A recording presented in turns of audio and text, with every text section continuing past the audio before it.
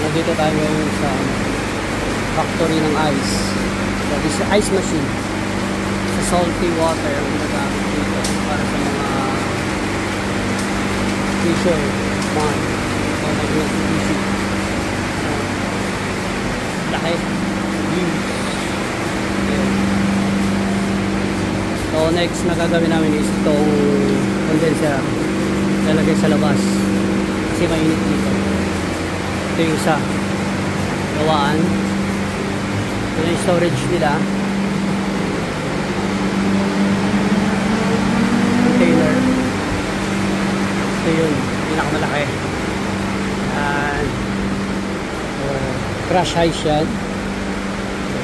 Dito sila susupot. Magdadrop doon yung ice, angat dito, tapos babagsak dito, and then nakalagay na sa plastic. Ito naman yung anohan nila, magbabalot. Sa Ilocano to, pardo, parang ano ng tabako. Pardo. Pinalay na ano. So ayan, bali ito, bago.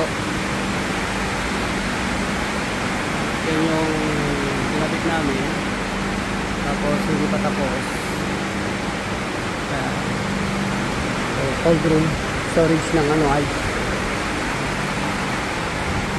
Yung condenser ay pinabit namin dito sa likod. Lakas ng ulan.